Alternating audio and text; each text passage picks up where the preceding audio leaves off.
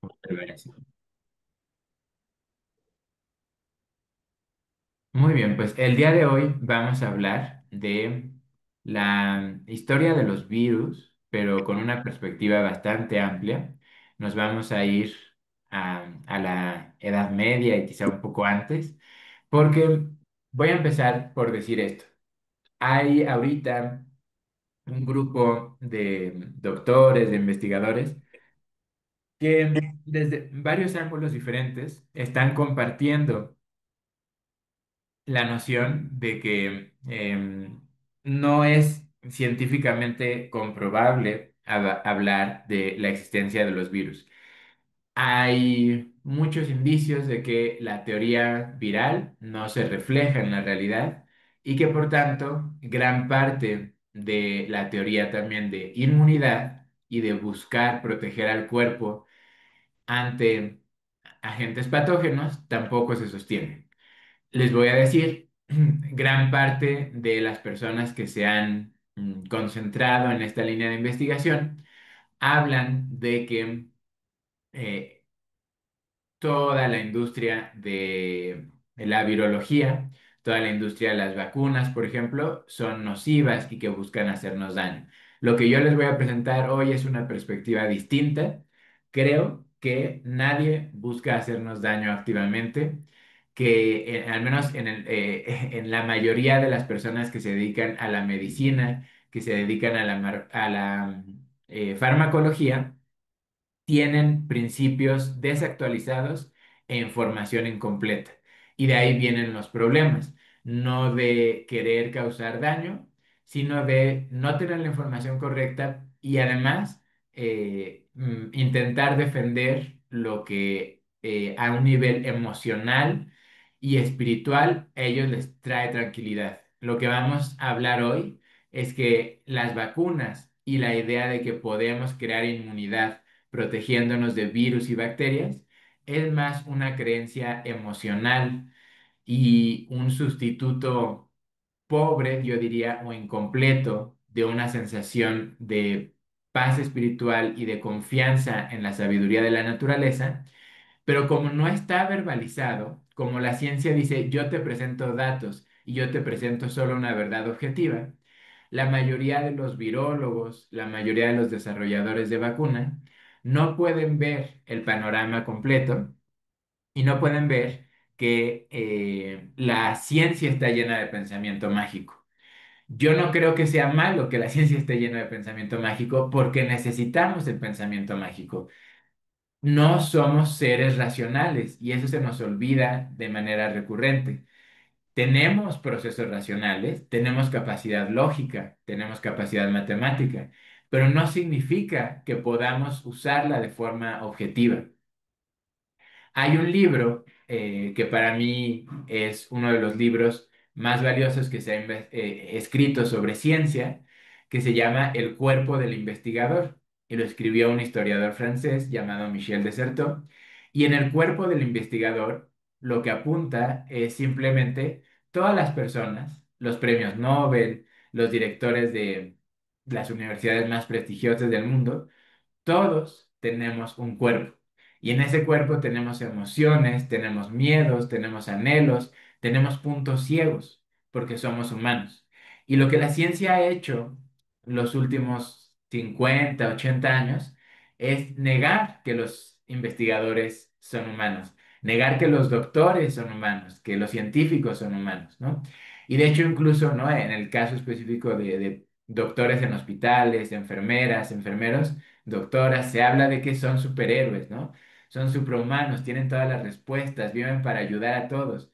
Y esto es muy perjudicial. Por un lado, para los mismos profesionales de la salud, en la medicina alópata, porque viven muy mal, viven descuidando su propia salud, viven agotados, viven con niveles de estrés tremendos, que los llevan de por sí a cometer más errores, ¿no? Pero también es muy malo para las personas que no se consideran a sí mismos profesionales de la salud y que confían en que estas personas con habilidades superhumanas, con acceso a la ciencia objetiva e infalible, les están dando las mejores recomendaciones. Y este sistema, yo muchas veces lo equiparo a decir, es como la era en la que se creía que solamente los sacerdotes de una religión podían darte acceso al conocimiento espiritual, ¿no? Hoy prácticamente eso ya está en desuso. Ya en la mayoría de los lugares, incluso por ejemplo en México, la religión católica pues se ha adaptado, se ha flexibilizado. Yo recuerdo mucho cuando era niño, mi abuela me decía, nosotros no podemos leer la Biblia solos. Solo el sacerdote puede interpretar la Biblia para nosotros. Hoy en día, ya la mayoría de los sacerdotes, digo, todavía hay mucho en lo que tendría que transformarse la Iglesia Católica para ser una fuente vibrante y amplia de conexión espiritual para las personas. Creo que sigue sin ofrecer una respuesta tan amplia para muchas personas, pero se ha modernizado un poco y lo intenta, ¿no? Y parte de esa modernización y de ese intento es que ya invita a las personas a leer la Biblia por ellos mismos. Y eso era algo que antes era impensable.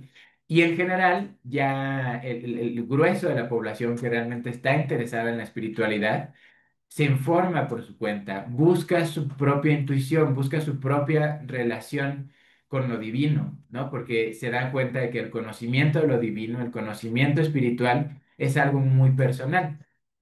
Bueno, pues en medicina esto todavía no ocurre, todavía no nos acostumbramos a ese cambio. Seguimos creyendo que, hablo no de ustedes, a lo mejor que yo tengo la suerte de poder hablar con ustedes y que tienen esta información mucho más amplia y una perspectiva más abierta, pero como sociedad en general, la mayoría seguimos dándole a el doctor, al científico, a las investigadoras, a las enfermeras, como este papel de sacerdotes, ¿no? De bata blanca, que son los únicos autorizados para hablar de salud, son los únicos autorizados para darnos recomendaciones de nuestro cuerpo, en lugar de nosotros cultivar una relación propia con la inteligencia de nuestro cuerpo, ¿no? El conocimiento biológico es igual de importante que el conocimiento espiritual y ambos empiezan con la experiencia individual. Empiezan con conocer nuestro cuerpo, conocer nuestras emociones, conocer nuestras aptitudes espirituales.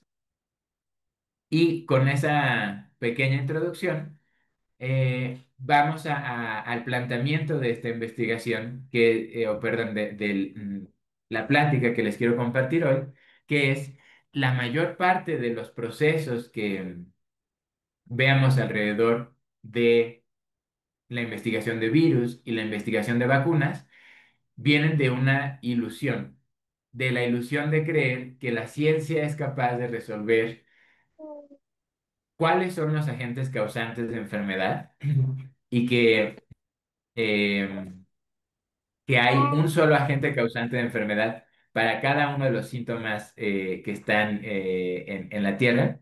Y por el otro lado, que no solo podemos identificar desde la ciencia el causante preciso y la respuesta exacta de qué está causando la enfermedad, sino que podemos crear algo que se llamó inmunidad, ¿no? Vamos a identificar eso que está causando la enfermedad y vamos a protegernos de ello para siempre y nada nos va a poder tocar porque ya somos inmunes. Y eso es una ilusión, es algo que no funciona. Las enfermedades, pero para empezar, no funciona por dos razones. La primera es que las enfermedades son procesos del cuerpo para sanar, ¿no? Y con una perspectiva más amplia, nos damos cuenta de que las enfermedades no hay que evitarlas, no hay que considerarlas algo negativo, hay que dialogar con ellas, hay que aprovechar el proceso de inteligencia del cuerpo que se está expresando en síntomas para corregir lo que está fuera de armonía. Pero aún si tuviéramos una visión más tradicional de la enfermedad, donde es algo malo y hay que deshacernos de ella, la realidad es que ninguna enfermedad tiene un solo origen, ¿no? Todas las enfermedades son multifactoriales. Todos los cuerpos son distintos y todas las historias de vida son distintas. Por lo tanto, creer que una sola práctica, una sola investigación, un solo medicamento te va a proteger de una enfermedad es un pensamiento muy reduccionista, ¿no? Y muy poco científico de fondo. Entonces, vamos a ir avanzando por la presentación Y el siguiente o el primer planteamiento que me gustaría hacer es gran parte de lo que nos puede dar una pista muy clara de que la teoría viral no funciona, que nunca tuvo fundamento y que hoy más que nunca deberíamos olvidarnos de los virus, es que todo lo que nosotros hemos escuchado de virus y lo que los laboratorios de virología alrededor del mundo, ¿no? Con equipamientos de millones de dólares hasta el día de hoy siguen haciendo, es investigar la acción de los virus atacando a una célula, considerando que la célula es una máquina estática y que tiene elementos específicos que el virus puede atacar. Les voy a compartir pantalla de por aquí otro, algo que tengo en otra presentación, pero para que podamos ver de forma muy clara esto, como la comparación punto por punto. Y déjenme, les abro aquí. Ok, ya está. Lo que Lo que estamos viendo aquí es a la izquierda, voy a darle play al video. A la izquierda tenemos un microscopio de última generación que se llama microscopio holotomográfico. A la derecha tenemos un microscopio electrónico que fue con el que se ha hecho toda la teoría viral y hasta hoy la mayoría de los laboratorios de investigación de virología alrededor del mundo buscan virus usando un microscopio electrónico.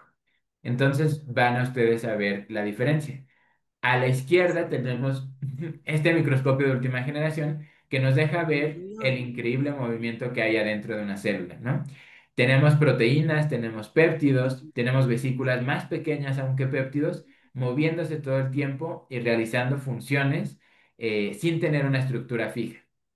En la derecha tenemos el microscopio electrónico, donde se creyó identificar, ¿no? Organelos, subaparatos de la célula, a las que se les llamó retículo endoplásmico, se les llamó aparato de Golgi, se les llamó ribosomas, por ejemplo. Oficialmente, hasta hoy, la virología considera que hay unas esferas fijas adentro de la célula que se encargan de generar nuevas proteínas.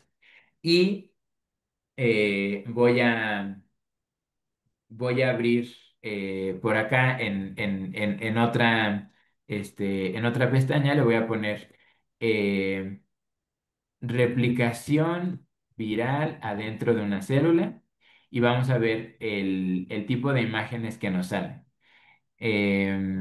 Déjenme. Bueno, aquí pueden ver ustedes incluso la descripción. Se supone que el virus entra a la célula huésped, libera su material genético y utiliza la maquinaria de la célula para producir nuevas partículas o nuevas proteínas virales. Lo que según hace, ¿no? Aquí vemos, voy a hacer esta imagen grande. Lo que está haciendo según un virus y lo que y estudian en los laboratorios de biología con puras fotos congeladas, no con un video de la célula viva tal cual, pero dicen, el virus entra, cruza la barrera de la célula, que hoy de hecho sabemos que las células ni siquiera tienen membrana, pero bueno, el virus oficialmente introduce el ARN viral, ¿no? Y este ARN viral actúa sobre estas burbujitas que se supone que son los ribosomas.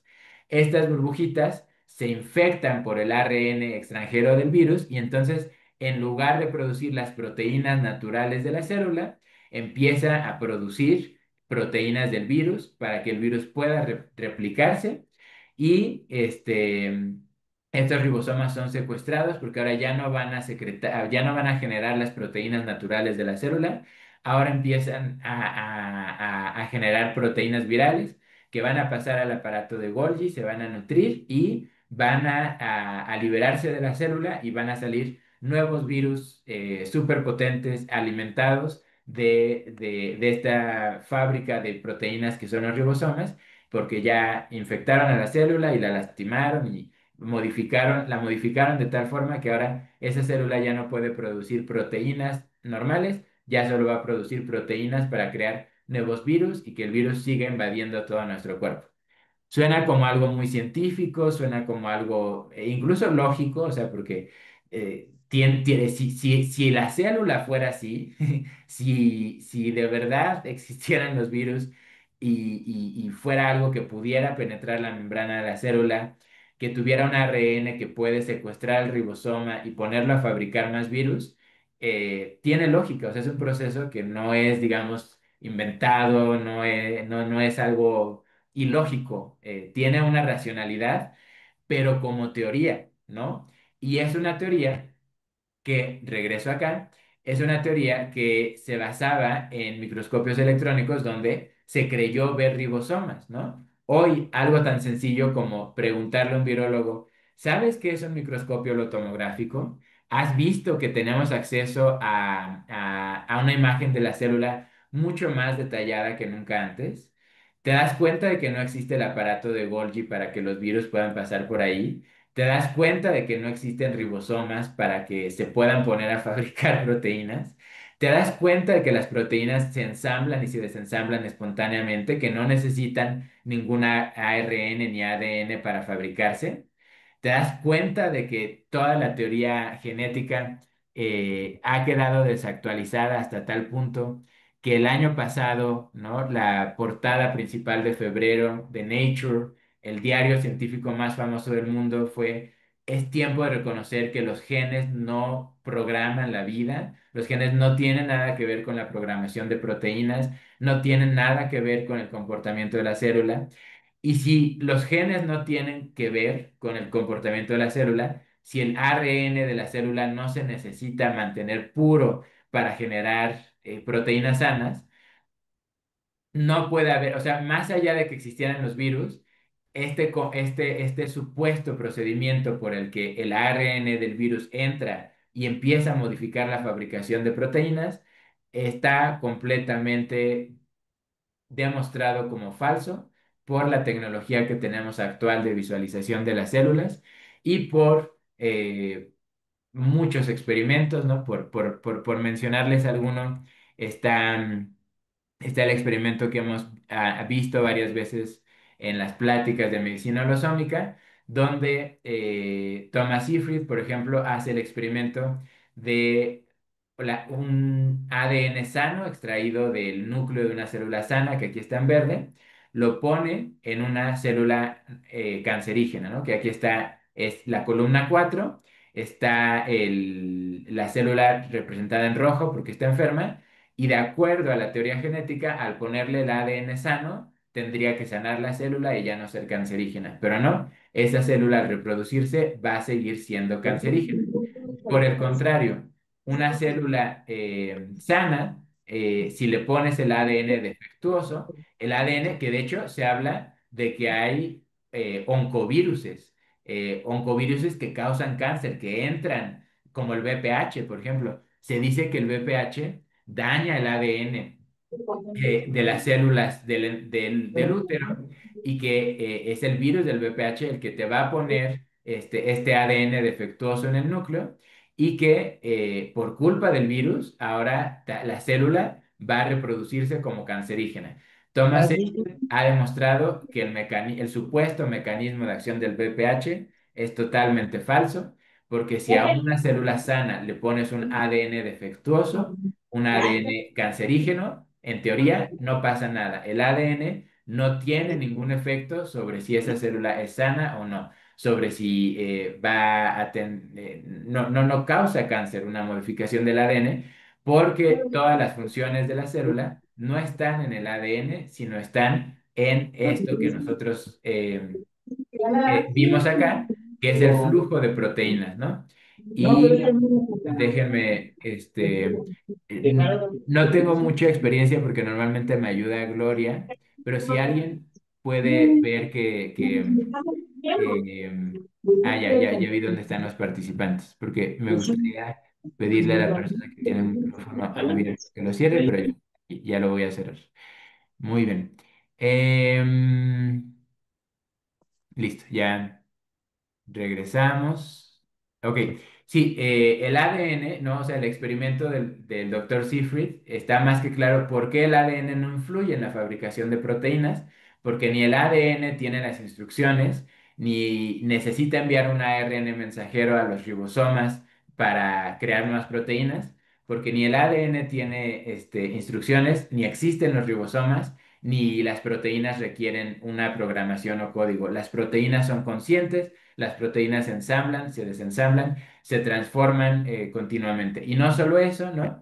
Antes se creía que una proteína solo podía vivir todo su ciclo dentro de una célula. Hoy sabemos que las proteínas migran de una célula a otra y que los llamados viruses en realidad son exosomas, son otro de los muchos cuerpos de péptidos que se crean en la célula y que migran de una célula a otra alrededor de la célula. Cuando estamos enfermos, nuestras células se ponen a regenerarse, regeneran péptidos, regeneran aminoácidos, y por eso encontramos muchos exosomas alrededor de las células, porque todas las células están en regeneración, reciben más péptidos, más aminoácidos provenientes del canal linfático, que son los que abastecen eh, de nuevos péptidos, nueva materia prima, y esto que se encuentra alrededor de las células y que se ha llamado virus y que se creía que entraban, ¿no? Que penetraban con una cosa especial llamada cápside, que era lo único que les permitía transgredir o atravesar la membrana celular. Hoy sabemos que en realidad son componentes intracelulares de regeneración que llegan por sistema linfático, que están ayudando a regularizar las funciones de nuestra célula cuando estamos enfermos. No entran a infectar, no necesitan romper la membrana, porque ni siquiera tiene membrana la célula, ¿no? Los exosomas, por llamarlos de alguna forma, o yo quisiera decir, mejor dicho, holosomas, porque exosomas viene de que están afuera de la célula, pero en realidad están afuera de la célula los que se alcanzan a ver en el microscopio electrónico con las fotografías fijas. Pero con el microscopio tomográfico vemos que no hay diferencia entre exosomas y endosomas. En realidad, todo lo que circula entre proteínas, perdón, entre células, son vesículas conscientes, son vesículas pleomórficas, constantemente se ensamblan, se desensamblan y por eso yo propongo el nombre de holosomas para hablar de que todo lo que está en nuestro cuerpo está constantemente coordinado y está en un trabajo consciente de creación de salud. Bueno, eso como primera parte de por qué toda la teoría viral tiene que ver con una tecnología desactualizada de microscopios y si los virólogos tuvieran que responder a la pregunta ¿dónde está el ribosoma? ¿Dónde está el aparato de Golgi? No podría continuar diciendo que los virus infectan células porque no existen los supuestos componentes que se infectan adentro de la célula. Vamos a la siguiente diapositiva. Bueno, esto ya se los había comentado. La ciencia oficial dice que lo que encuentras alrededor de una célula enferma son viruses y lo que encuentras alrededor de una célula sana son exosomas, pero se ven iguales en el microscopio. Muchas personas, virólogos, se han, digamos, desconectado de la virología porque después de observar con objetividad han dicho es imposible diferenciar un virus de un exosoma. O sea, son partículas pequeñas de proteínas que se encuentran afuera de la célula, que se pueden observar en un microscopio electrónico fijo, tradicional y no hay realmente ninguna manera de decir esto es un virus y esto es un exosoma, simplemente son cuerpos pequeños de proteínas em, que tienen un ADN diferente del núcleo de la célula, porque esa es otra cosa. Todo este mito de que hay viruses tiene que ver que los exosomas, estas partículas fuera de la célula, tienen una secuencia de ácidos nucleicos diferente a la del núcleo de nuestras células. Pero esto no es porque sean material foráneo, es porque antes también, esta es una versión desactualizada, antes se creía que solo existía ADN y ARN en los ribosomas, en las mitocondrias y en el núcleo de la célula, o sea, solo en esas tres partecitas pequeñas. Por lo tanto, Se creía que las mitocondrias tenían un tipo de ADN, el núcleo otro tipo de ADN, pero fuera de eso, todo el ADN debería estar en el núcleo y debería ser el mismo en todo nuestro cuerpo. Hoy, con mejor tecnología, con mejores microscopios, con mejores pruebas de ácidos nucleicos, podemos saber que en realidad en todo el citoplasma, en toda esta agua que rodea el núcleo, agua biológica o gel biológico, tenemos ADN y ARN de muchas cosas, porque el ADN y el ARN mm, no son un código genético, son simplemente mapas de intercambio de energía y esos mapas los crean las proteínas. El ADN no crea a las proteínas son las que crean el ADN, ¿no? Y eso también ya está ampliamente demostrado, de ahí que Nature publicara el artículo de que no ya es tiempo de reconocer que el ADN no tiene nada que ver con la organización de la vida. Las proteínas son las que organizan toda la vida, ¿no? Y como las proteínas organizan la vida y los virus, los llamados virus, son simplemente colecciones de proteínas que se alcanzan a ver en el microscopio electrónico, no hay algo externo a nuestras células y no hay algo interno. Somos un ecosistema de aminoácidos y péptidos, que todo el tiempo están creando nuevas proteínas, agrupándolas en bacterias, agrupándolas en el cintos, como vimos la clase pasada, bueno, la plática pasada, agrupándolos de todas las formas que nuestro cuerpo utiliza para crear un balance y una armonía entre las diferentes secciones de nuestro cuerpo. Vamos entonces a el momento en el que Pasteur oficializa, digo, hay varias personas que trabajan en la misma época que Pasteur, pero ninguno tuvo tanto éxito difundiendo la noción de virus como Pasteur. Antes de Pasteur existía la palabra virus, pero existía en su significado de veneno. Se hablaba de que había viruses en el aire, pero eran fuentes de toxicidad en el aire, ¿no? Irónicamente, vamos a ver en esta presentación que el significado original de virus era el correcto. Las enfermedades que se consideran virales como la influenza, como la viruela, como la varicela, son causadas por Bueno, toxinas, es decir, esos venenos de los que antes se consideraba que había venenos en el aire, resulta que era era la palabra correcta virus como veneno, no es la palabra correcta virus como agente infeccioso de ARN, porque bueno, ya vimos que el ARN no es el que crea las proteínas, pero pasando a Pasteur. Él, durante los primeros años de su carrera, aseveró que todas las enfermedades eran causadas por bacterias visibles en el microscopio, porque empezó a ver que eh, tomando muestras de tejidos de algunos animales enfermos, encontraba bacterias en las zonas heridas y hizo este planteamiento de, las bacterias son las que crean toda la enfermedad y cuando empezó a ampliar sus experimentos de, digamos, animales con lesiones visibles, animales que se enfermaban pero no tenían una lesión visible, de repente ya no había bacterias en el microscopio. Y ese era un gran problema para Pasteur porque ya les había dicho a todos que los gérmenes eran responsables de las enfermedades y que si eliminábamos a los gérmenes del mundo, íbamos a crear una sociedad perfecta sin enfermedades. Cuando él mismo empieza a ver, y muchos otros científicos le dicen, oye, tomo muestras de moco, de saliva, de pacientes enfermos y no encuentro ninguna bacteria. ¿Qué está causando la enfermedad si no funciona esto de que las bacterias crean la enfermedad? Y Pasteur encontró una solución muy especulativa que decía, debe haber agentes invisibles, muchísimo más pequeños que las bacterias, por eso no se pueden ver en el microscopio, y les llamó virus y postuló que había que protegernos contra estos agentes invisibles, que eran los que causaban enfermedad en las personas. A pesar de eso, cuando intentó tomar, ¿no? Saliva de animales enfermos, porque decía, aquí esta saliva tiene viruses, y intentó inyectar esos viruses o la saliva completa.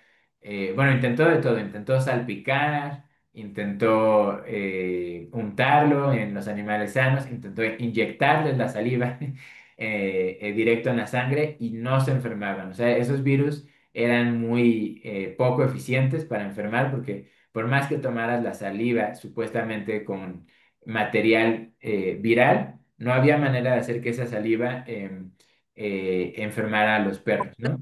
Lo que tuvo que hacer para que esto funcionara Ya me acabo el verde, eh, fue cultivar, me lo acabo. Pues te dije, eh, no, pues yo dije, ya me tomé todo el verde. ya, ya. Cultivar cultivar la saliva, ponerla a fermentar junto con células de otros tejidos y ese fermento de células en descomposición lo inyectó a los animales y esta vez sí se enfermaban.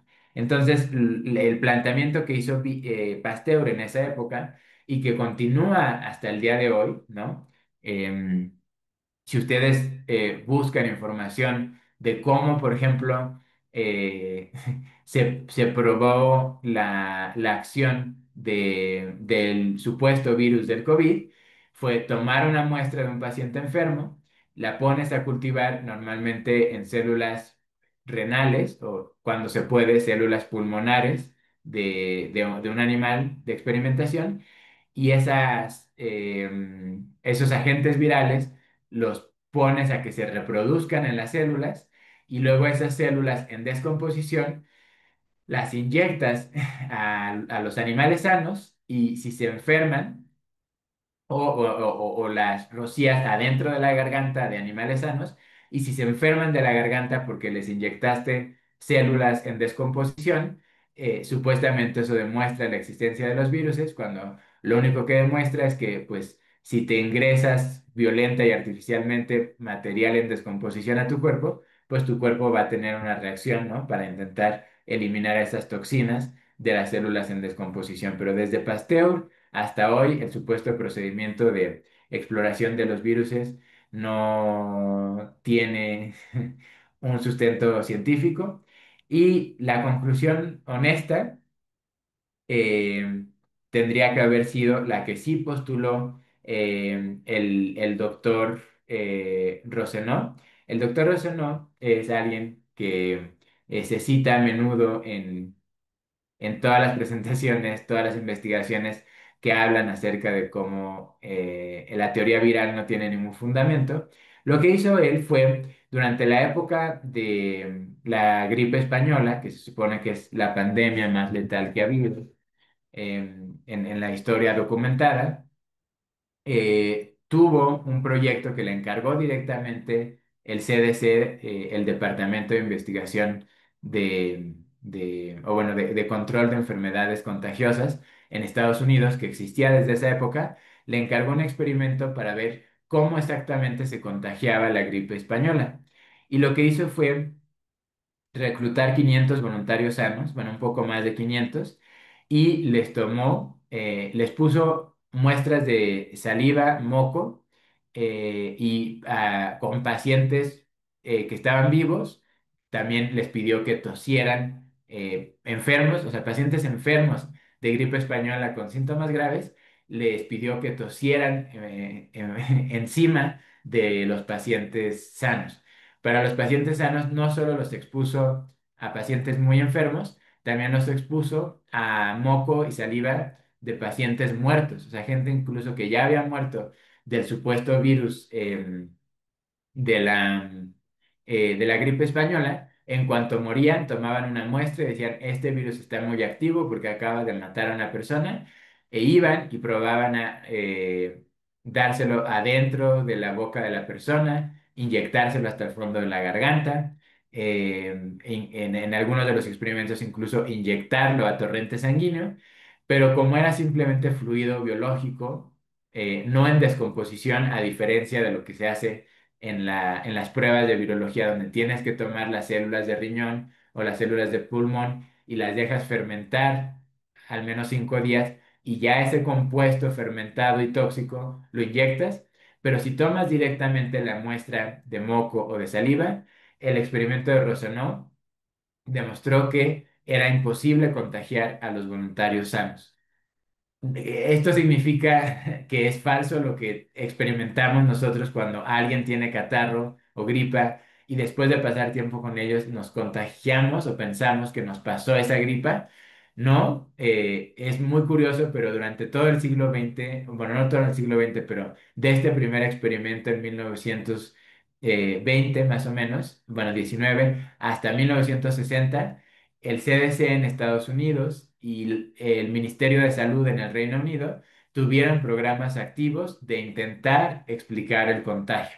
Y lo que encontraban siempre era que cuando tú te registrabas como voluntario e intentabas contagiarte voluntariamente, era muy difícil, ¿no? Había una tasa de menos del 1% de voluntarios que lograban contagiarse a propósito. Sin embargo, las personas que en otros estudios se hacían en un, digamos, contexto doméstico, viviendo en la misma casa, pasando tiempo en el trabajo, en el entorno natural, los aparentes contagios sí se daban. La explicación más honesta es la que dio en ese momento el doctor Resunó. No sabemos qué es lo que causa esta enfermedad. Y hasta hoy, lo más honesto sería decir, no sabemos cómo funcionan las enfermedades de episodio grupal. Yo las llamaría así, no enfermedades de contagio, sino enfermedades de episodio grupal o de ocurrencia grupal. Es un hecho, todos lo hemos vivido. A veces cuando a alguien en nuestra casa le da gripa, a otros miembros de la familia le van a dar gripa. Pero también tenemos todos estudios que demuestran que si alguien externo a nuestra familia viniera voluntariamente y nos dijera, por favor, échame saliva o moco diluido en agua en mi cara, es muy difícil que se dé el contagio. No sabemos por qué ocurre esto, pero sí hay varias teorías de por qué ocurre. La principal teoría, o las dos principales, hablan de ritmos biológicos y de elementos toxicológicos. Es decir, como familia compartimos una dieta, exposición a aire del el mismo entorno todo el día y estos factores nos exponen a acumular toxinas, como todo, no pasa nada. Parte de las funciones del cuerpo es lograr procesar estas toxinas, aislarlas y expulsarlas. Pero ¿qué ocurre cuando estás en la misma familia, cuando compartes los ritmos de exposición a a las toxinas? También muchas veces se comparten ritmos de eliminación de toxinas, ¿no? Eso explicaría por qué es tan fácil contagiarse, ¿no? De personas con las que compartes ritmos, incluso a lo mejor de ritmos circadianos, con personas del trabajo en los momentos de estrés, los compartes a diario con ellos. Y entonces los relojes biológicos se sincronizan. A veces, aunque no compartas al 100% las toxinas, si compartes ritmos de estrés, si compartes ambientes de trabajo, pareciera ser, ¿no? No hay una respuesta definitiva, pero pareciera ser que eso es lo que produce eh, los episodios grupales de enfermedad. Porque lo que es un hecho es que, de un lado, lo que vimos al inicio de la presentación, no existen los ribosomas y no existe el aparato de Golgi. Entonces, el supuesto mecanismo por el que se reproducen los virus es una teoría ya falsificada y obsoleta. Entonces, no es contagio a través de los virus como se hablaba. No es exposición voluntaria a fluidos, porque tenemos muchos experimentos que se hicieron a lo largo de 50 años donde nunca lograron contagiar a voluntarios y sin embargo es un hecho que sí ocurre en las enfermedades grupales. Entonces, ¿cuál es la explicación exacta? Y como yo les digo, la ciencia no puede dar una respuesta absoluta, pero sí podemos decir ¿qué es más importante? Obsesionarnos con entender, ¿no? Exactamente cómo funcionan las enfermedades que son multifactoriales y que tienen demasiados elementos a nivel celular, a nivel emocional, a nivel electromagnético en el cuerpo, como para que seamos capaces de explicarlos al 100% y tener la verdad exacta en cada uno de los casos, en cada paciente.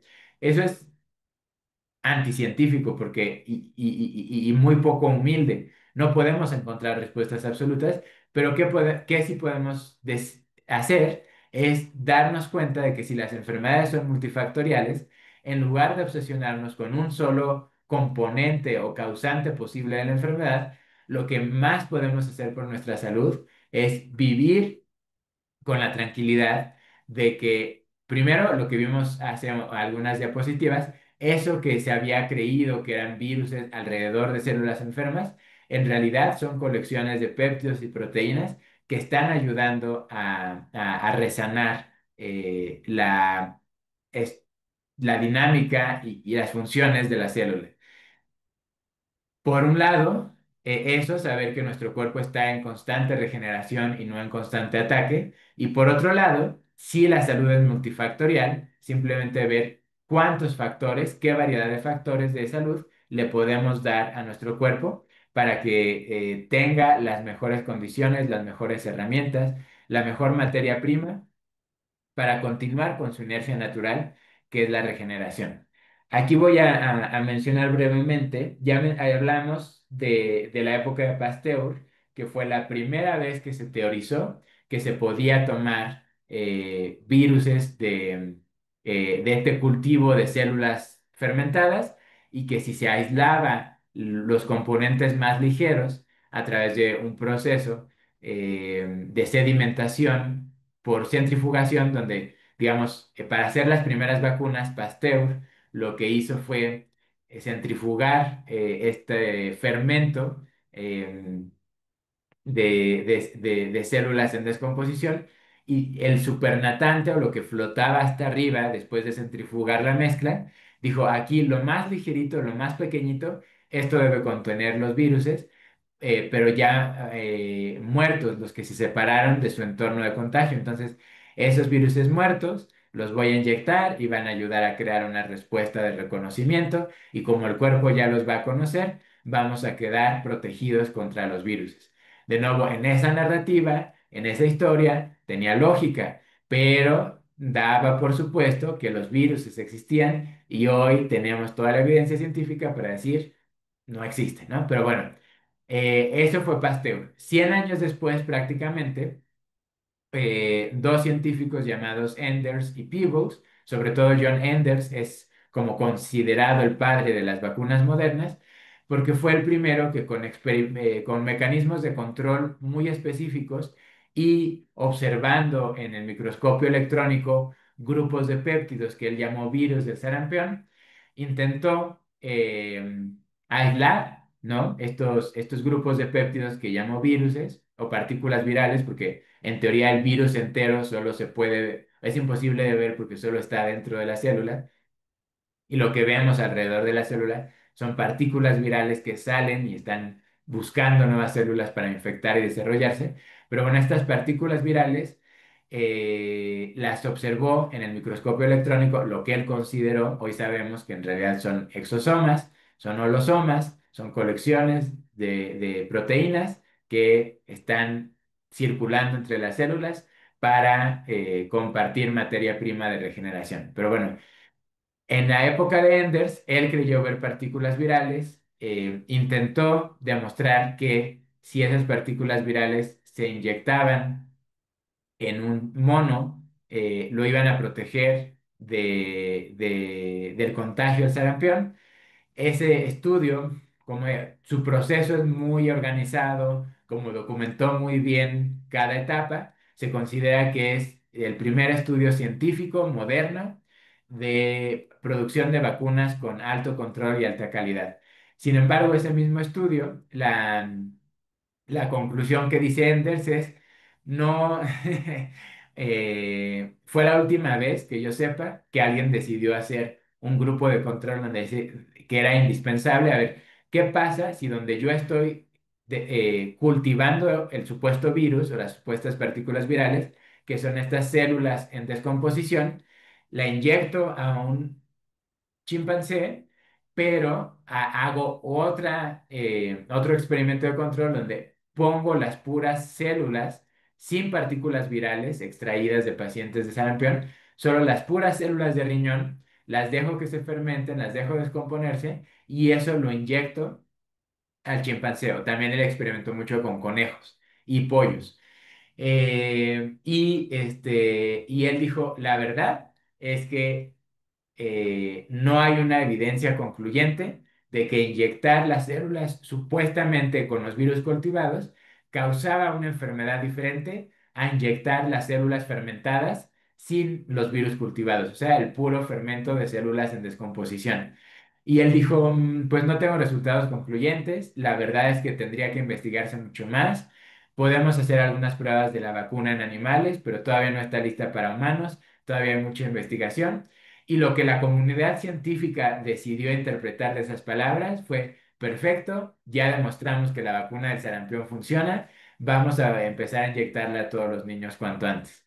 ¿Y por qué? Porque esta extraña, ¿no? ocurrencia de la medicina de a las vacunas exigirles mucho menos estudios y mucho menos documentación que a otros tipos de medicina?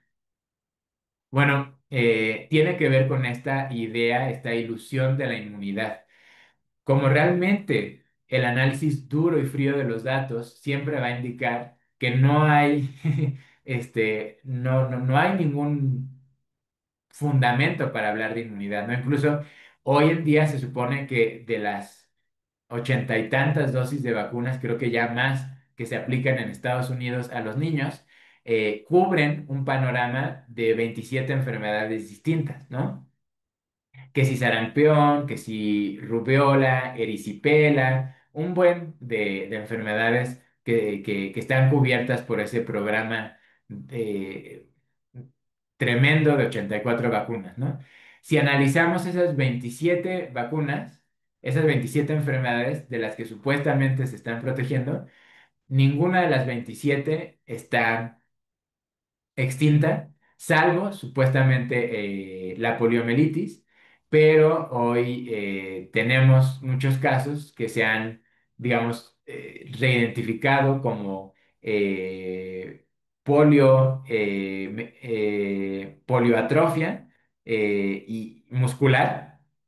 Y digamos, es una nueva categoría para hablar de los síntomas que antes se llamaban poliomielitis, pero sigue existiendo. Bueno, aún así, digamos que de verdad estuviera erradicada la poliomielitis en Estados Unidos, aún así, si lo piensas, aplicarte más de 80 vacunas para supuestamente protegerte de 27 enfermedades, pero que de las 27 26 siguen ocurriendo y son comunes, ¿cuál es el objetivo de las vacunas? Si sigue existiendo el sarampión, la rubiola, las paperas, todo eso sigue existiendo. En teoría te dan menos fuerte, ¿no? Es el gran argumento de las vacunas. Pero bueno, si el procedimiento de las vacunas, desde el padre de la virología moderna, que se considera John Enders, no el artículo fundacional que supuestamente demuestra la eficacia de las vacunas, el mismo autor está diciendo no hay pruebas concluyentes y habría que hacer más estudios, pues ya se imaginarán que todos los artículos subsecuentes que simplemente dicen repliqué el procedimiento de Enders, pues menos fundamento tienen para hablar de esto. Aquí quisiera hacer una pequeña pausa para especificar que si bien hay esta defensa fanática de las vacunas, esta defensa de la gran mayoría de las personas, ¿no? No entienden cómo funciona la replicación viral y las que entienden, ¿no? Los virólogos que entienden el modelo teórico, no saben que la estructura de la célula que supuestamente infecta los virus, ya se descubrió que esa estructura de la célula no existe, era producto de microscopios antiguos que no nos dejaban ver a la célula en su funcionamiento completo.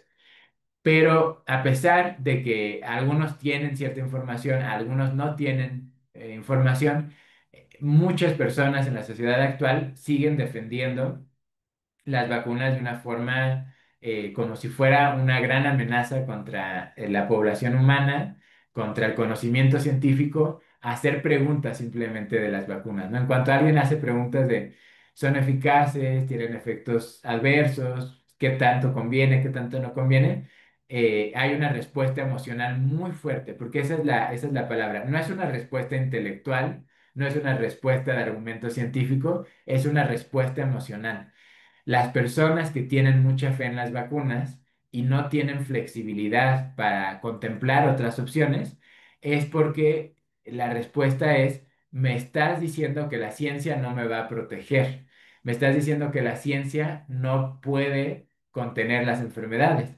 Y es como, miren, se supone que hay oncovirus que causan el cáncer cervicouterino y el cáncer cervicouterino no lo detienen las vacunas, ¿no?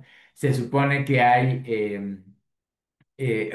otros tipos de virus que causan eh, enfermedades pulmonares graves, no los detienen las vacunas. Entonces, la vacuna, este supuesto teórico, tiene un peso emocional muy fuerte en la sociedad porque nuestra cultura moderna nos lleva a creer que la naturaleza es una fuente constante de ataques, de infecciones, y que el cuerpo no tiene la capacidad para autosanarse y además no hay una inteligencia divina, un principio espiritual que nos acompaña en cada etapa de nuestra vida, incluyendo en la muerte, y que por lo tanto nos da tranquilidad de que nuestra vida tiene sentido, de que hay una inteligencia superior que nos conecta a todos y de que la vida es un campo de aventura y aprendizaje fantástico y no una experiencia a la que tener miedo constantemente.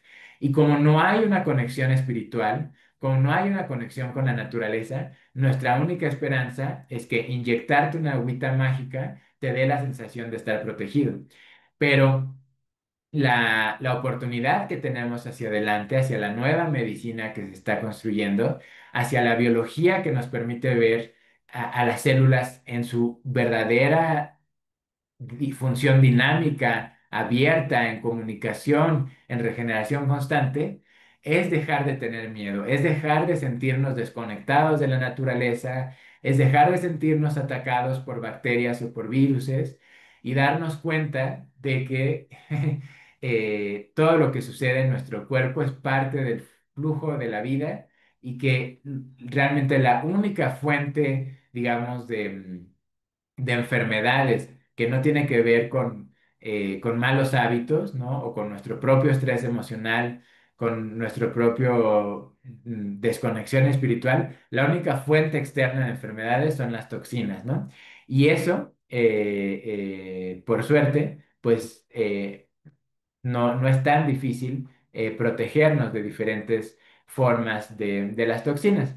Bueno, aquí solo un dato histórico curioso que es eh, cuando Edward Jenner, reconocido como creador de la vacuna contra la viruela, empezó a hacer sus experimentos de cómo aislar supuestamente el virus de la viruela. En esta época ni siquiera se llamaba virus, ¿no? Se llamaba agente infeccioso, pero bueno, el agente infeccioso de la viruela de vaca, o la llamada viruela de vaca, dijo, yo creo que se contagia de caballos a vacas y que de vacas se puede contagiar a humanos. Y era todo un caos. Su teoría, muy poco científica, la elaboración de la vacuna de la viruela. Y hasta hoy, el hecho de que las pocas vacunas que se siguen fabricando actualmente de la viruela ya casi está en desuso porque en teoría se erradicó la enfermedad, entonces ya no tendría sentido que la sigan fabricando, pero se supone que como hay casos muy aislados, hay pocos laboratorios que tienen reservas de vacunas, pero hasta el último momento en donde se produjo industrialmente, se usaba suero de vaca para crear supuestamente, o bueno, sí, para crear el cultivo, ¿no? Eh, de viruses humanos en suero de vaca. Y de nuevo, o sea, esta tradición de usar el suero de la vaca viene de un procedimiento completamente anticientífico de Edward Jenner. Supuestamente, con los microscopios electrónicos ya se pudo observar el virus de la viruela, que en realidad, de nuevo, eran colecciones de proteínas naturales de encontrar alrededor de las células, pero ese pequeño hecho de que se siga hasta hoy usando suero de vaca por la creencia de Jenner de que una enfermedad infecciosa de un caballo se podía como transferir a una vaca y que después de la vaca se podía transferir al humano, o sea, como que esta flexibilidad interespecie de los viruses sigue siendo como parte de toda esta vaguedad y esta falta de precisión en los procedimientos de las vacunas y en los procedimientos de los supuestos cultivos virales hasta el día de hoy. Bueno, hablar de que en todos los primeros 100 años en que se aplicó la vacuna, hubo muchos casos de personas que se enfermaban mucho a través de la vacuna, desde las primeras, que sí eran muy salvajes y con jeringas llenas de óxido y todo tipo de problemas, pero incluso hasta la época final de las vacunas de la viruela, muchas personas reportaban casos adversos y muchos doctores decían: yo tenía pacientes sanos que desarrollaron viruela por la vacuna y se murieron de viruela por la vacuna, no por un contagio supuestamente, ¿no? De persona a persona. Entonces, bueno, el tema de la vacuna de la viruela, que supuestamente es la única que ha erradicado una enfermedad, tiene una historia muy turbia, muy poco científica. Y hoy, esto sí quisiera decirlo, las vacunas actuales son casi seguras en el sentido de que han estudiado mucho las dosis y salvo la vacuna del COVID, que por esto de que había una crisis mundial y que había que acelerar los procesos y bla, bla, la vacuna del COVID sí tuvo dosis muy altas de los diferentes compuestos químicos en ella, que digamos, creaban una carga de toxicidad más alta y llevaron a más personas a desarrollar muchas complicaciones por la carga de toxicidad simplemente de esos químicos. Pero fuera de esa vacuna reciente, todas las otras, y que por cierto ya la mejoraron bastante, o sea, sigue siendo completamente ilógico vacunarse y es un mito que tiene algún fundamento científico la vacuna, pero al menos ya es más segura la vacuna actual del refuerzo de COVID porque ya no tiene esas dosis altas del inicio que dijeron: pues esto es nuevo, quién sabe qué estamos haciendo, vamos a hacer como una dosis experimental y vamos a inyectar la dosis experimental, como se hizo en su época con la de la viruela. En el resto de las vacunas, por suerte, se han medido bastante, ¿no? Entonces, sí, es un ingreso de toxicidad al cuerpo, pero ya es bastante controlado y ya son pocos los casos donde genera efectos graves y a largo plazo.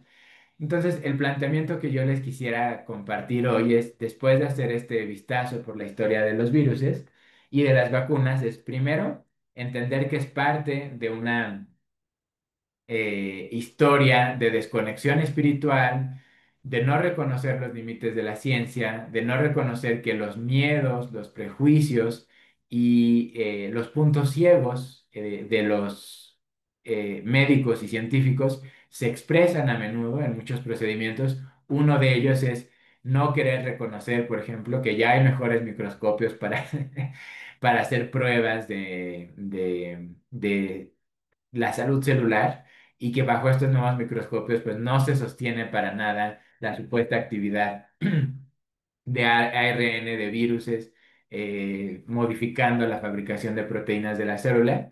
Pero dentro de todos estos puntos ciegos, quisiera decir, no comparto, ¿no?, la visión de las personas que dicen que vacunar a tu hijo es altamente peligroso, porque hay que ver las estadísticas de los dos lados. O sea, de la misma forma que es una realidad que hoy prácticamente nadie, o sea, es un porcentaje mínimo de la población el que se muere de sarampión o de rubeola, o una enfermedad teóricamente contagiosa.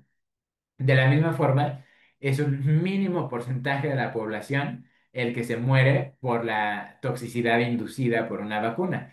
Sí sucede, porque incluso el caso de la sarampión y la rubiola contagiada, en realidad son casos de toxicidad compartida por exposición en tuberías de una comunidad que de repente las empresas contaminan el subsuelo freático y entonces el agua potable llega contaminada y por eso de repente hay brotes de sarampión, de rubiola, de paperas y dicen que es porque los no vacunados permitieron que se volviera a contagiar, pero no, en realidad es porque agua potable que ya estaba en buenas condiciones y no generaba estas respuestas de toxicidad expulsada a través de la piel, ¿no? En estas erupciones propias mm, de muchas enfermedades, que por cierto, aquí está esta diapositiva es interesante porque el sarampión, la varicela, la escarlatina y la erisipela, todas compartían síntomas con la viruela, todas podían generar erupciones en la piel muy parecidas a las de la viruela, y los doctores de la época eran más honestos, eran quizá un poco más abiertos en sus parámetros de hoy, y hay muchos documentos registrados de la época en donde se dice, la verdad es que no sé de qué murió mi paciente, porque no alcanzo a distinguir si era sarampión, si era escarlatina, si era varicela. Realmente esta categoría de las enfermedades se daba más por los tiempos del año en que se daban, ¿no? La escarlatina es de invierno, por ejemplo, ¿no? La tosferina también es de invierno, pero el sarampión es más como de primavera y verano. La viruela es más como de la época seca y se da como, y tiene síntomas más rápidos y más agresivos, pero todos los síntomas eran similares, lo cual nos lleva a pensar que en realidad prácticamente todas estas enfermedades, que son el grueso de las vacunas que se aplican hoy en día a los niños, tienen un origen toxicológico, ¿no? El espectro de los síntomas es tan amplio y es tan poco exacto, en gran parte de las veces decir cuándo un paciente tiene qué enfermedad, que habla más de que el origen es toxicológico. Y aquí mencionar dos casos muy específicos. Cuando aquí en el caso de México, la viruela es todo un tema, porque se nos habla de que los españoles trajeron a México la viruela y que como los indígenas, bueno, no a México, ¿verdad? Pero al territorio mesoamericano de esa época, y como los diferentes indígenas mesoamericanos, ¿no? Los tlaxcaltecas, los texcocanos, los mexicas, todas estas tribus que existían en Mesoamérica, o estas naciones indígenas que existían en Mesoamérica no tenían sistema inmune, no tenían defensas contra la viruela. Supuestamente por eso, ¿no? Hubo tantas epidemias de viruela. Pero eso, de nuevo, como tantas cosas de la teoría del contagio, no tiene sentido, porque sabemos que la viruela empezó a tener casos graves en América, en las islas del Caribe. La isla de la Española, ¿no? Hoy Dominicana, Haití, comparten esa isla, y otros lugares donde empezó a haber acumulación de armamento, porque estas islas del Caribe las tomaron como bases militares los españoles, de ahí llegaban los barcos con cañones, con balas, con rifles, mucha pólvora, y de ahí tenían como las guarniciones, ¿no?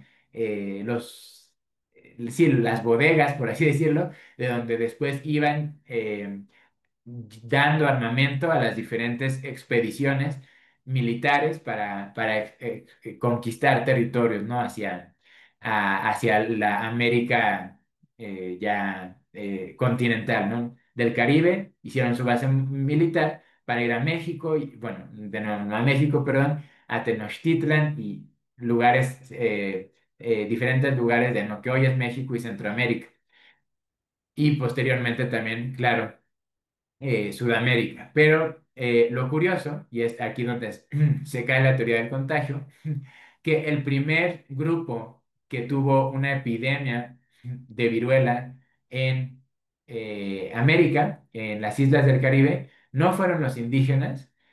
Sí había unos indígenas con viruela, también pocos españoles con viruela, pero los grandes afectados de viruela, la primera gran epidemia, se dio exclusivamente entre población de esclavos africanos. Y estos esclavos africanos tenían un historial de más de 500 años expuestos a la viruela, porque tanto el mundo árabe tenía esclavos negros, como el mundo hispano-lusitano de España y Portugal tenían esclavos negros, y ya había epidemias registradas en los esclavos negros de viruela desde al menos 500 años antes. Por lo tanto, ¿cuál es la lógica de decir, el sistema inmune de los indígenas no lo reconocía, por eso se iban a contagiar o tener síntomas más fuertes, cuando en el Caribe, particularmente en la isla de la Española, casi de forma exclusiva, la primera gran epidemia de viruela en América afectó solo a población africana esclava? ¿Qué nos dice esto? Nos da una gran pista. Lo que causaba la viruela en ese momento en que hubo muchos eventos grupales de viruela en América, no era el virus, porque entonces los indios del Caribe deberían haberse muerto mucho más que la población de esclavos africanos, era el contacto con el azufre. El azufre es altamente tóxico si se maneja, ¿no? A diario, ¿no? Y todas las personas que guardaban la pólvora, que cargaban, la transportaban para las diferentes expediciones militares, que fabricaban nueva pólvora, porque obviamente se acababa y fue necesario encontrar depósitos de azufre aquí mismo en América y empezar a crear nueva pólvora. En un inicio eran exclusivamente esclavos españoles, perdón, esclavos africanos. Y es mucha casualidad que ellos fueron, ¿no? El grupo de la primera gran epidemia. Cuando llegan las expediciones hacia Mesoamérica y específicamente lo que hoy es México, está documentado, Hernán Cortés contrató a más de 1.000 indígenas, porque ya no tenían suficientes esclavos negros, contrató a más de 1.000 indígenas para que transportaran toda la pólvora y todas las balas y diferentes utensilios conectados para poder armar los cañones. Estos indígenas fueron el siguiente gran grupo de exposición a viruela. Y el siguiente grupo fue en el sitio de Tenochtitlan, cuando durante meses bombardearon la ciudad, no tanto porque estuvieran matando, sino usaron mucho la demostración de cañones como una manera de mantener intimidada a la población de Tenochtitlan. Cada día disparaban cañones, no para causar daño, para causar miedo. Pero lo que no se visualiza es que la pólvora de esa época era terriblemente tóxica y creaba mucho humo, y el humo se esparcía allá donde viajaba la bala del cañón. De nuevo, las personas que más se enfermaban eran los que operaban los cañones, que no eran españoles, eran indígenas que ya estaban a sueldo de los españoles, y el objeto, ¿no? De los cañonazos, que era la población de Tenochtitlan. Es mucha casualidad, de nuevo, no creo que sea casualidad, creo que es la explicación más científica de la viruela, que prácticamente desaparece en el siglo XIX, hacia 1850, ya empezó a ser muy rara cuando se cambia la fabricación de la pólvora a un método que no usa azufre y que es mucho más rápido y que ya, digamos, desde Napoleón empezó esto en 1800, pero para 1850 ya todos los ejércitos europeos dejaron de usar pólvora basada en azufre. Y cuando deja de ser esta, porque además en Europa la guerra era una industria, hasta hoy sigue siendo una de las industrias más grandes del mundo, pero en Europa no solo era la industria, como hoy Estados Unidos que fabrica armas, pero las envía a otros lugares. En Europa de esa época se fabricaban las armas y la pólvora y se usaban ahí mismo en los países europeos.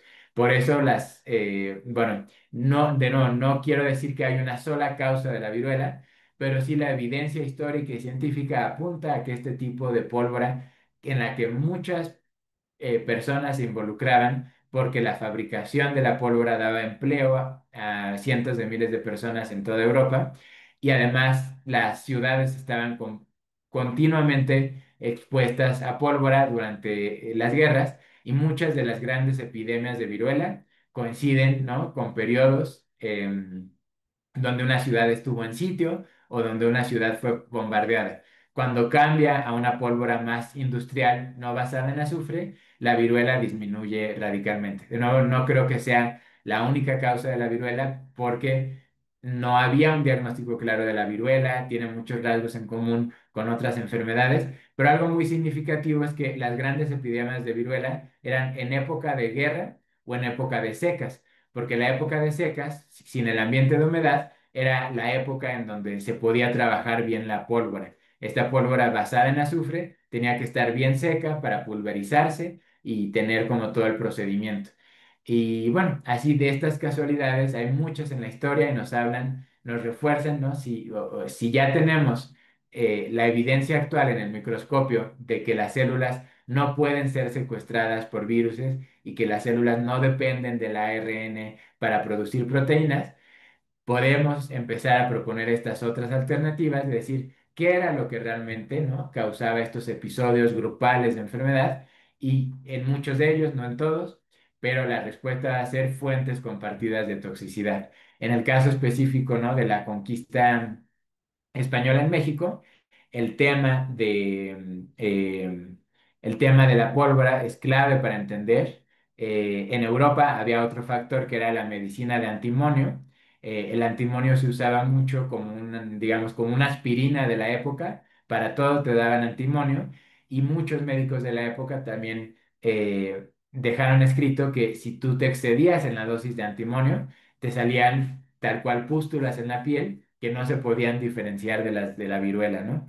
Y de nuevo, no creo que haya habido una sola fuente de toxicidad, creo que había muchas en la época y que por suerte vivimos en un mundo donde el agua potable ya está mucho más estandarizada, donde ya no hay químicos que se liberan tan libremente. El último gran químico que se usaba, ¿no?, el DDT, causó muchos problemas, causó la epidemia de poliomielitis en muchos países del mundo, pero a raíz del DDT ya no ha vuelto a haber un tóxico, un químico tan común y tan, sí, tan claro en intoxicarnos de forma tan riesgosa. Tenemos muchas otras fuentes de toxicidad, pero ya son a escalas más manejables y en general, mientras tomemos estrategias para cuidar de nuestro cuerpo, para cuidar de nuestras emociones y de nuestro sentido de conexión espiritual y agradecimiento a la inteligencia biológica de nuestro organismo, vamos a tener recursos para vivir sin miedo a la viruela, sin miedo al COVID, sin miedo a cualquier falso precepto de transmisión viral y también sin miedo a las toxinas, porque con un poco de cuidado y en a qué nos exponemos y con darle siempre a nuestro cuerpo condiciones de vida armónicas, alimentación saludable, y oportunidades de expansión espiritual, oportunidades de felicidad emocional. Con eso basta para que nuestro cuerpo desarrolle una salud muy buena y que nos sintamos conectados al proceso de vida en lugar de asustados de él. Y bien, con esto termino la plática de hoy y eh, creo que no hay alguna pregunta en el chat. Si alguien tuviera una pregunta que compartirnos ahorita antes de cerrar la sesión. Una pregunta. Sí. Entonces, cuando éramos niños, cuando nos dio el sarampión y eso, ¿fue un ataque espiritual más que nada? Mm, no, bueno, el sarampión es, de nuevo, cada, cada enfermedad debe tener varios factores. Em, el sarampión, una de las explicaciones que a mí me parece más completa es que cuando los niños dejan de tomar leche materna o simplemente llegan a cierta edad donde ya su producción natural de holosomas, su producción natural de células, ya se vuelve muy independiente del microbioma inicial que le había dado su mamá, hay como un ajuste donde muchos productos biológicos que eran parte de la mamá en el vientre y que se transmiten tal cual al bebé, llega un momento de los niños en que hay forma de sacarlos o es simplemente es bueno como hacer una nueva etapa donde ya el material biológico de la mamá ya no es necesario y muchas veces se saca a través del sarampión.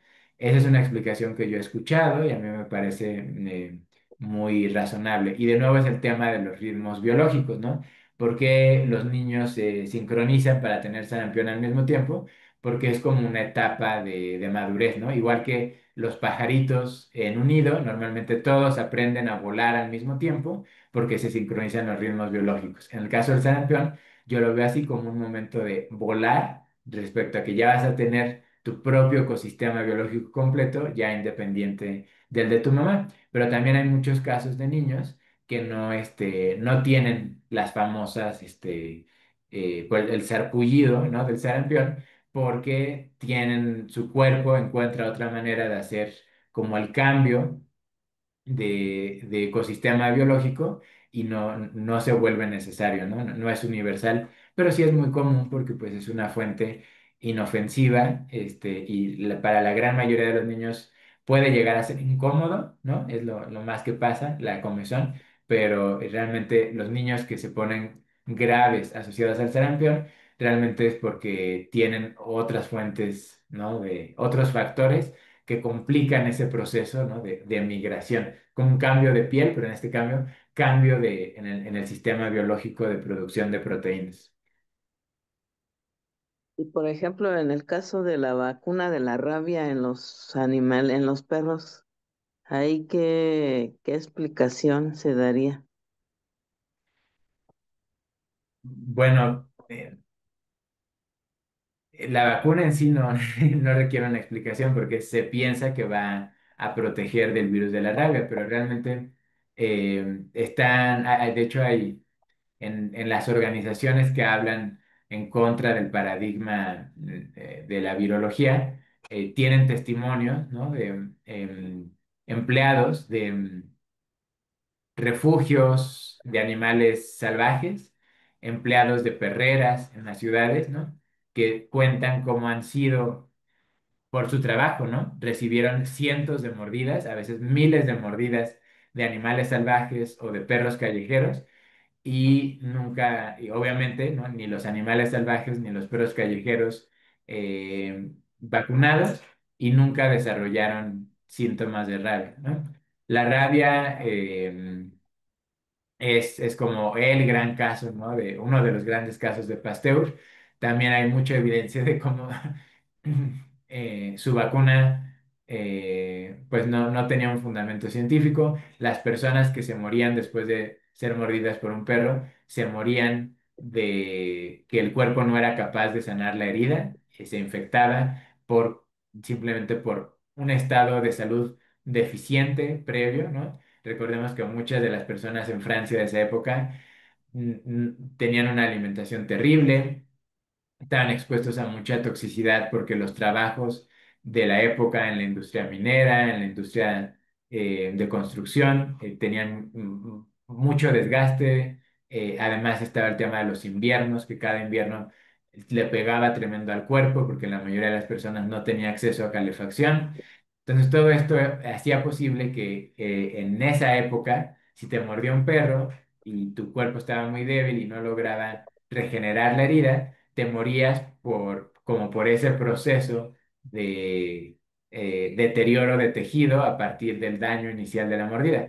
No te morías de la vacuna, perdón, no, bueno, no te morías ni de la vacuna ni de la mordida, te morías simplemente de que tu salud ya estaba muy mal y las heridas, además, por lo general, ¿no? Casi todos los pacientes que en esa época se atribuían a muerte por rabia, no los mordían una vez, ¿no? Eran perros que los atacaban y tenían heridas en todo el cuerpo y morían como resultado de esas heridas, ¿no? Pero si la rabia es otro de los grandes mitos, todos los bases de datos actuales que documentan empleados que han recibido mordidas de animales salvajes o de animales callejeros, realmente no existe, no existe evidencia de que la saliva de un perro te pueda transmitir rabia. Incluso hay personas que han hecho el experimento de perros enfermos que tienen estas crisis de sistema nervioso que los llevan a, entre otras cosas, echar espuma por la boca, tomar esa espuma o esa saliva muy particular de los perros, inyectarla en animales sanos y no pasa nada. Eso lo hizo el mismo Pasteur, inyectó saliva de perros supuestamente rabiosos en perros sanos y nunca pasó nada. Y ese es el caso con la mayoría de los supuestos casos de contagio. Son teorías del siglo XIX, teorías de una ciencia muy temprana e incompleta, que como que perduraron en la memoria colectiva. Yo te diría, la rabia es lo mismo que el mito del hombre lobo, ¿no? Si te muerde un lobo, te vas a convertir en hombre lobo. Si te muerde un perro enfermo, tú te vas a enfermar porque te contagia el perro enfermo. Es igual de fantasioso que el hombre lobo, pero como se creó este lenguaje de los viruses para darle un sustento, ¿no? A supuestamente por qué la rabia se comunicaba y se transmitía, pues hasta hoy seguimos teniendo miedo de la rabia. Yo les puedo compartir, ¿no? Mi hija no está vacunada, a mi hija le han mordido perros. Es más, mi hija, convive con nuestros perros que muchas veces tienen gusanos, porque comen cadáveres en el monte y convive con estos perros que a veces le salen gusanitos, le salen miles de cosas. Y nuestra hija ya tiene 2 años, nunca ha tenido gusanos, nunca ha tenido parásitos de ningún tipo, nunca ha tenido problemas de ninguna infección bacteriológica. Es la niña más expuesta a bacterias y a virus que ustedes se podrían imaginar y al mismo tiempo es la niña más sana que conozco. Eso ya como una anécdota a nivel personal, pero bueno, igual muchas gracias, Marichuy, por la pregunta. Muchas gracias porque también a mi niña la mordió un perro, pero ya ves que se usa esas vacunas que luego digo, esas inyecciones que luego les ponen cuando los muerden. Y yo no se las puse. Y siempre me quedé con esa duda. ¿Qué pasa ahí? Sí, no, realmente no pasa nada. Y de hecho, tengo un amigo que recientemente le mordió un gato callejero. Fue al veterinario, le dijo que se tenía que poner 2 dosis, ¿no? Realmente mi amigo no estaba enfermo, se tomó la primera dosis, no le pasó nada. Estuvo un mes normal.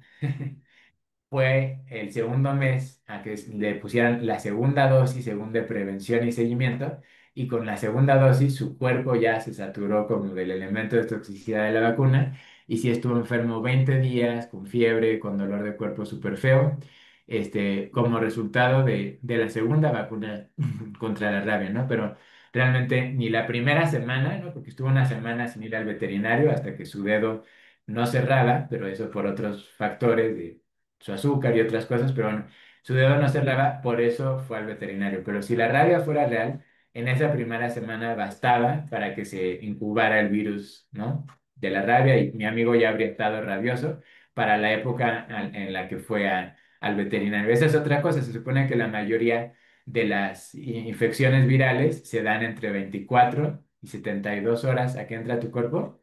Ya, de hecho, oficialmente en 24 horas ya te contagiaste sí o sí, pero muchas veces vas al veterinario después de 24 horas de la mordida y dicen que te quieren poner la vacuna para que el virus no te infecte. O sea, si la rabia te infectara, te infectaría. En fin, tantos, tantos insentidos que hay en el tema de los virus simplemente porque los virus no existen. Pero bueno, Muchas eh, gracias. Gloria por ahí nos comparte el link de las consultas, muchas gracias. Jesús Miguel nos pregunta, ¿se argumentan redes sobre la proteína Spike que está en nuestro cuerpo después de la vacuna del COVID y que está ocasionando muertes? ¿Es posible? ¿Qué podemos hacer para limpiar los residuos de nuestro cuerpo? Bueno, las proteínas, como todas las vesículas biológicas, como todos los ingredientes del cuerpo, por así decirlo, son adaptables, son cambiantes. Si a ti te pusieron una proteína Spike en la vacuna, esa proteína ya tu cuerpo la transformó millones de veces desde que te vacunaste hasta ahorita. La proteína no es el problema. El problema de las vacunas son niveles de ciertos químicos en dosis altas que a veces se instalaron en zonas del cuerpo donde fue difícil para el cuerpo sacarlas, ¿no? No tienes que hacer nada especial, ¿no? O sea, no es diferente la toxicidad de esa vacuna a la toxicidad de comer pescado con mercurio o cualquier otra fuente de toxicidad. Simplemente, si tienes la mala suerte de que tomaste una dosis alta de toxicidad y se alojó en una parte de tu cuerpo que estaba baja de energía y no logró expulsarla del todo, lo único que necesitas hacer es darle a tu cuerpo energía. De repente me acordé de la canción de la Macarena. Este, tal cual, darle a tu cuerpo energía y cosa buena es como el único precepto médico que necesitamos para cualquier tema de salud, incluyendo toxicidad, por vacunas, ¿no? Específicamente, ¿qué es energía? Contacto con la naturaleza, terapias de ionización y ¿qué es cosa buena? Nutrición completa en aminoácidos y minerales. Y con eso el cuerpo va a resolver cualquier tema. El azul de metileno y algunos tipos de cloruros que mencionas pueden ser útiles porque energizan tanto el azul de metileno como algunos cloruros como el CDS, ayudan a aumentar los niveles de energía celular. Si aumentan tus niveles de energía celular, pueden expulsar las toxinas sin problema. No se requiere algo específico. Y la última pregunta por acá. em, ¿La leche materna hasta qué edad es recomendable? ¿En qué momento ya no es necesaria? En realidad, yo digo hasta que la niña o el niño deje de pedirla y la mamá se sienta cómoda a darla. No hay una edad específica. Yo mencionaba que el ritmo biológico del sarampión, el ritmo biológico para hacer el cambio del microbioma y el sistema de producción de proteínas, muchas veces coincide con que se da un año después de dejar la leche materna, pero eso es en niños que tomaron leche materna. Quien no tomó leche materna también puede tener sarampión, no es obligatorio, no está ligado, simplemente lo mencioné como un indicador de ritmo, de que a veces poco después de que se termina el amamantamiento, se da este cambio en el que el niño da el salto a tener como su propio sistema de producción de proteínas y a veces parte de este proceso es expulsar restos de material biológico de la mamá a través del sarampión, pero no está ocasionado por la leche materna, no es que la falta de leche materna tampoco ocasiona el sarampión es un proceso natural del cuerpo. La leche materna es la nutrición ideal que le podemos dar mientras el niño la pida y la mamá se siente cómoda. No hay un límite para dar.